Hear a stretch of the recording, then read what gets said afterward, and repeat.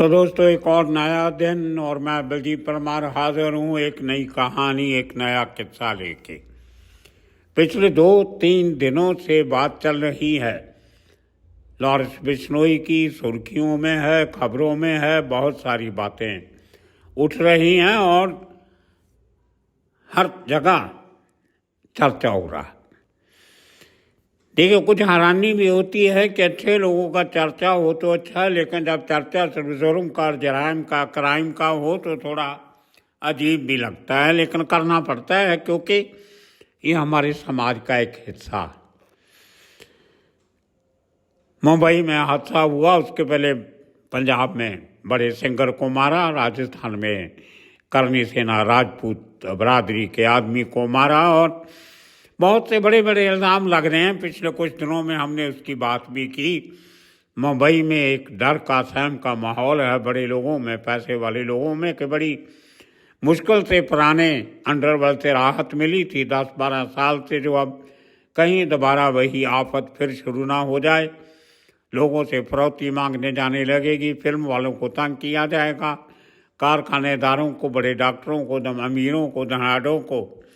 तो ये काफ़ी फ़र्क पड़ता है आम लोगों की साइड की। फिर जब ऐसा कोई कांड होता है तो हम कोई किसी की तरफदारी नहीं कर रहे। उस मरहूम बाबा सिद्दीकी की भी 50 गलतियां होगी, उसके भी कई केस वगैरह चल रहे थे, ईडी का, इनकम टैक्स का।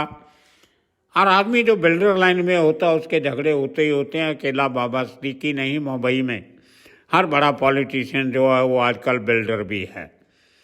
हर आदमी पैसे की दौड़ में लगा हुआ, उसी चक्कर में इनकी दुश्मनियाँ पड़ती हैं और जो मौत तक बात पहुंच जाती है, कॉन्ट्रैक्ट के देंगा जाती है, सुपारी देती जाती है और बंदे को ख़त्म कर दिया जाता है। ये पहले हमने मुंबई में देखा और अब दोबारा शायद फिर देखने को मिलेगा।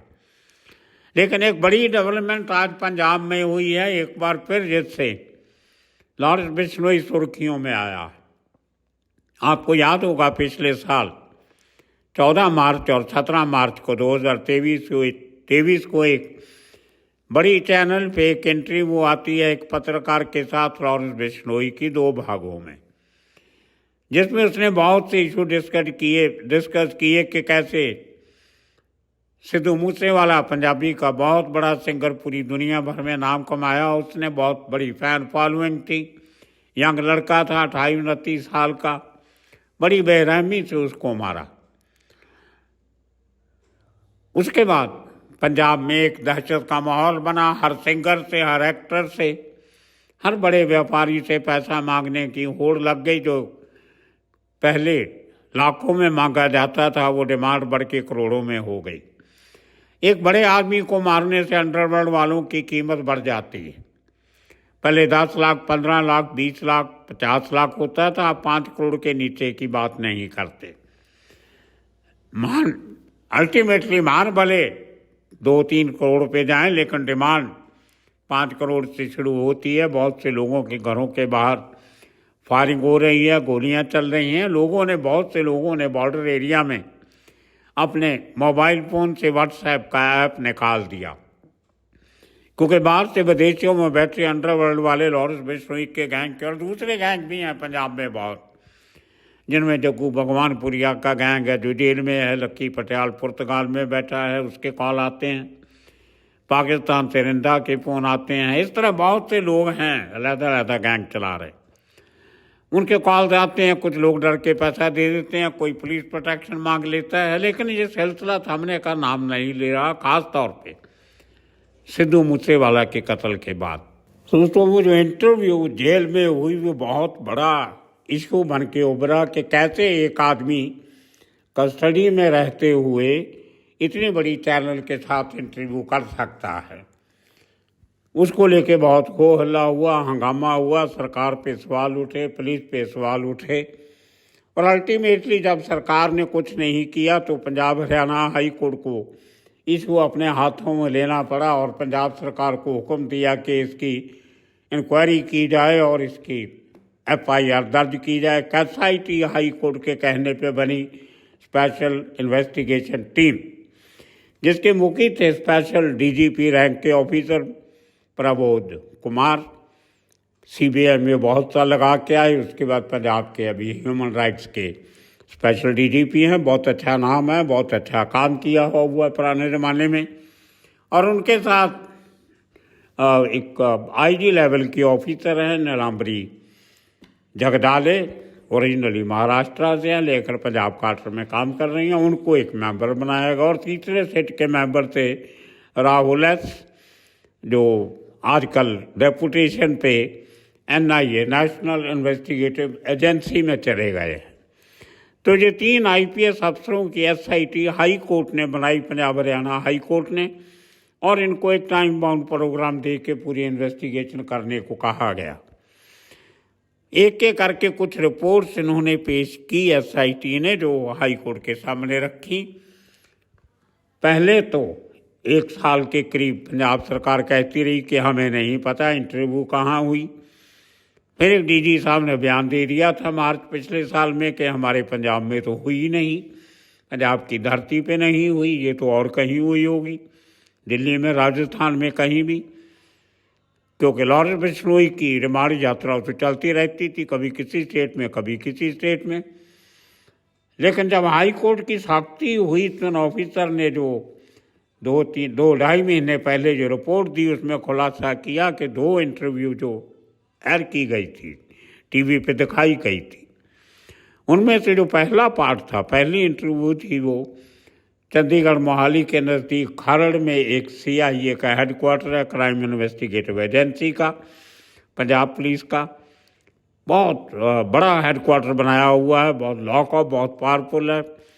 जब टेररिज्म का ज़माना था पंजाब में तो ये बहुत नटोरियस सेंटर गिना जाता था। तभी से बड़े हार्ड कोर टेररिस्टों को यहाँ पे रखा जाता है, जहाँ कहते हैं परिंदा भी पर नहीं मार सकता। बिल्कुल उसी तरह जिस किस्म से मुंबई की क्राइम ब्रांच के हेड ऑफिस को कहा जाता है, उसी किस्म का रेपुटेशन पंजाब में सीआईए खरड़ का था, आज भी है उसी तरह। तो लॉरेंस बिश्नोई को जब पंजाब लाया गया, डिफरेंट ज़िलों में उसकी पेशियां होनी थी। उसको सुबह खरड़ से निकाला जाता था, जहाँ भी पेशी होती थी वहाँ से उसको हाजिर करके वापस खरड़ ले आते थे, क्योंकि पंजाब के किसी शहर के किसी लॉकअप में रखना उसको, पुलिस को सेफ नहीं लगता था। तो उसके चलते 2022 में सिद्धू मूसेवाला का कत्ल जो होता है 29 मई को, उसके बाद लॉरेंस बिश्नोई को दिल्ली की तिहाड़ जेल से पूछताछ के लिए पंजाब लाया जाता है। और उसी दौरान सितंबर 3 और 4 सितंबर की रात को 2022 को खरड़ में लॉरेंस बिश्नोई को रखा जाता है। और वहीं ये रात के 1:30-2 बजे आधी रात को इंटरव्यू होती है उस पत्रकार की और लॉरेंस बिश्नोई की। लेकिन 6 महीने तक ये इंटरव्यू पब्लिक नहीं की जाती, टीवी पे दिखाई नहीं जाती। उसका क्या कारण है, इसका खुलासा आज तक नहीं हुआ। कारण तो बहुत हैं, पुलिस वालों के पास भी बहुत से बातें हैं करने को, हमारे पास भी कुछ इन्फॉर्मेशन है, लेकिन उनका सबूत नहीं है, इसलिए हम वो बताने से थोड़ा गुरेज करेंगे। खैर, इंटरव्यू हो गई, 6 महीने तक डब्बे में बंद पड़ी रही वो इंटरव्यू।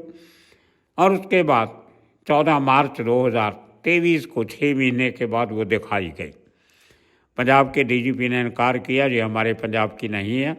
तो 3 दिन के बाद 17 मार्च 2023 को दूसरा पार्ट आ गया, जहाँ पे लॉरेंस बिश्नोई ने अपनी जेल का सेल भी दिखा दिया, लेकिन बाद में पता चला वो पंजाब की जेल का सेल नहीं, जयपुर की जेल का सेल था। क्या, हर आदमी के अपने कुछ काम होते हैं, अपना काम करने का तरीका होता है। लॉरेंस बिश्नोई पंजाब पुलिस को नीचा दिखाना चाहता था और उसने दिखा दिया। अब उसके बाद अभी 10 दिन पहले एसआईटी ने अपनी फाइनल रिपोर्ट पेश की कोर्ट में, सील बंद कवर में, लिफाफे में, जिसको बंद किया गया। किसी को पता नहीं था उस रिपोर्ट के अंदर क्या है। वो रिपोर्ट खोलनी थी 15 अक्टूबर को, मतलब कल के दिन। आज 16 तारीख है, 15 तारीख को हाई कोर्ट में खुलनी थी, खुल गई। उस रिपोर्ट में जब जजमेंट हाई कोर्ट का कल शाम को रिपोर्ट आई तो उसमें पता चला कि एसआईटी ने एक रिकमेंडेशन किया है कि हमने जो हाई कोर्ट के कहने पे लॉरेंस बिश्नोई के खिलाफ और बाकी लोगों के खिलाफ एक एफआईआर दर्ज की थी मोहाली, एक पंजाब का जो स्टेट क्राइम का पुलिस स्टेशन है वहाँ पे, उसको हम कैंसिल करना चाहते हैं और हमने जो रिकमेंड किया है कि लॉरेंस बिश्नोई के खिलाफ वो इंटरव्यू वाली एफआईआर कैंसिल कर दी जाए।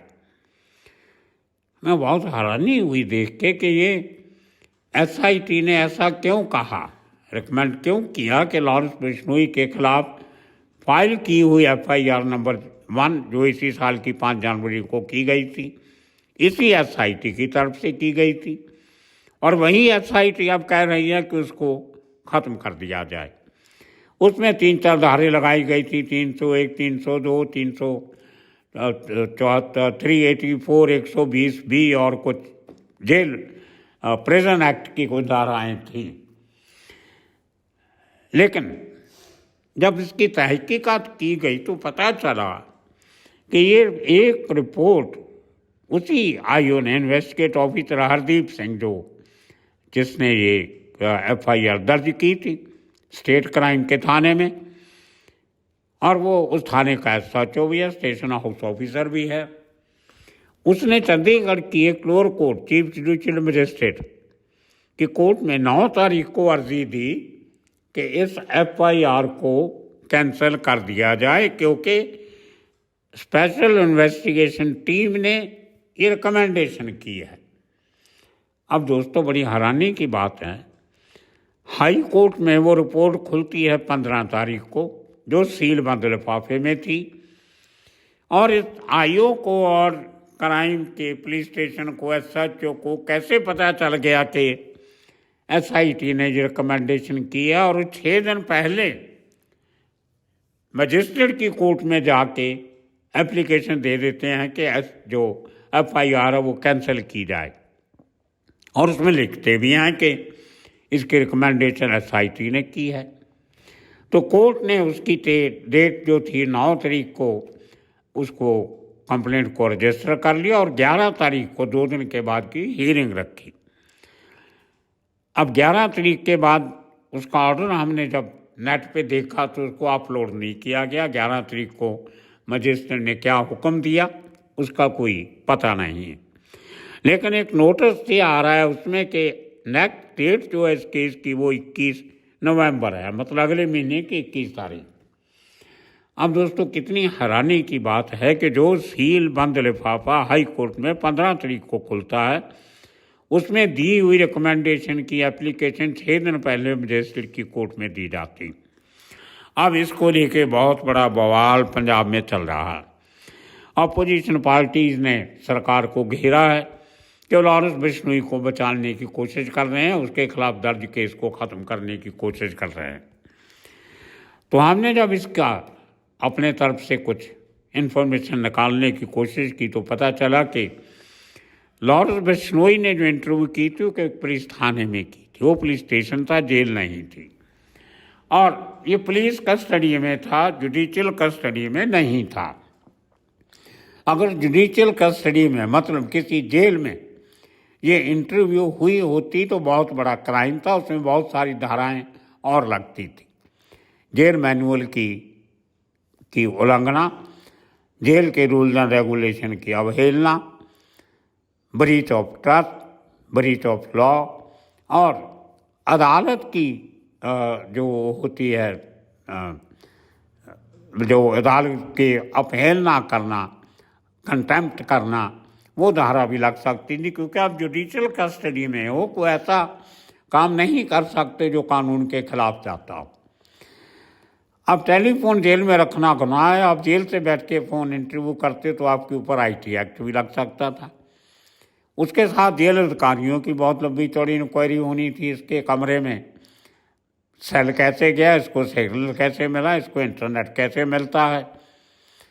लेकिन क्योंकि ये इंटरव्यू जुडिशियल कस्टडी में नहीं हुई, पुलिस कस्टडी में हुई थी और पुलिस स्टेशन में मोबाइल फ़ोन का इस्तेमाल कोई क्राइम नहीं है, कोई गुनाह नहीं है, शायद इसी बात का बेनिफिट ऑफ डाउट जो है वो लॉरेंस बिश्नोई को मिला और एसआईटी ने ये सिफारिश कर दी कि इसके ऊपर केस चलाने का कोई फ़ायदा नहीं है, ये अदालत में चलेगा नहीं, क्योंकि पुलिस स्टेशन में मोबाइल फ़ोन के इस्तेमाल पे कोई मनाही नहीं है, कोई रोक नहीं है, कोई रिस्ट्रिक्शन नहीं। दोस्तों आपको तो मालूम होगा पुलिस स्टेशन में तो वैसे ही अगर पुलिस वालों ने पैसे लेने हो तो वो खुद कह देते हैं हमारे फ़ोन से फ़ोन करो, घर वालों को फ़ोन करो, पैसे मंगवाओ, हमें दो और घर जाओ। तो इस टेक्निकल बेस पे एसआईटी ने लॉरेंस बिश्नोई को क्लीन चिट दे दी, लेकिन अभी आखिरी फैसला बाकी है। हाई कोर्ट में जो ये अर्जी दी गई, रिपोर्ट पेश की गई, उसमें जो friend of the court amicus curiae जो है उनको हाई कोर्ट ने कुछ दिनों का समय दिया है कि वो एसआईटी की सारी रिकमेंडेशन पढ़ें सुने और देखें उनमें कोई कमी तो नहीं है। अब कुछ दिनों के बाद वो फ्रेंड ऑफ द कोर्ट वो अपनी रिपोर्ट जज साहिबान को सौंपेंगे, उसके बाद हाई कोर्ट का आखिरी फैसला आएगा उनको एसआईटी की रिपोर्ट मंजूर है कि नहीं है। दोस्तों अगर कल हाई कोर्ट ये कह देता है कि हमें एसआईटी की रिकमेंडेशन मंजूर नहीं है, उन्होंने गलत रिकमेंड किया है, तो क्या इसका मतलब लॉरेंस बिश्नोई पे फिर से एफआईआर दर्ज होगी? लेकिन उसको सवाल तब आएगा जब नीचे वाली अदालत जहाँ पे ये एप्लीकेशन दी गई है वो इसको मंजूर करती है कि नहीं। अब देखना होगा 21 तारीख को नीचे की अदालत क्या फैसला देती है, वो पुलिस की कंटेंशन को मानती है कि नहीं मानती। अगर पहले उस शख्स के खिलाफ इतने इल्ज़ाम लगाए गए, इतनी धारा लगाई गई, तो अब उनको नकारा कैसे जा सकता है? कहीं पुलिस अपनी नाकामियों को छुपाने की कोशिश तो नहीं कर रही है? ये सब बातें अभी निकल के सामने आएंगी, पर फिलहाल लॉरेंस बिश्नोई एक बार फिर सुर्खियों में है। उसको एसआईटी ने टीवी चैनल को इंटरव्यू देने के मामले में क्लीन चिट दे दी है। अब आगे देखना होगा कि उठ किस करवट बैठता। सो दोस्तों ये किस्सा था, कहानी थी लॉरेंस बिश्नोई के साथ जुड़ी हुई। इसी किस्म की किस्से कहानियाँ लेके आने वाले दिनों में फिर हाजिर होंगे।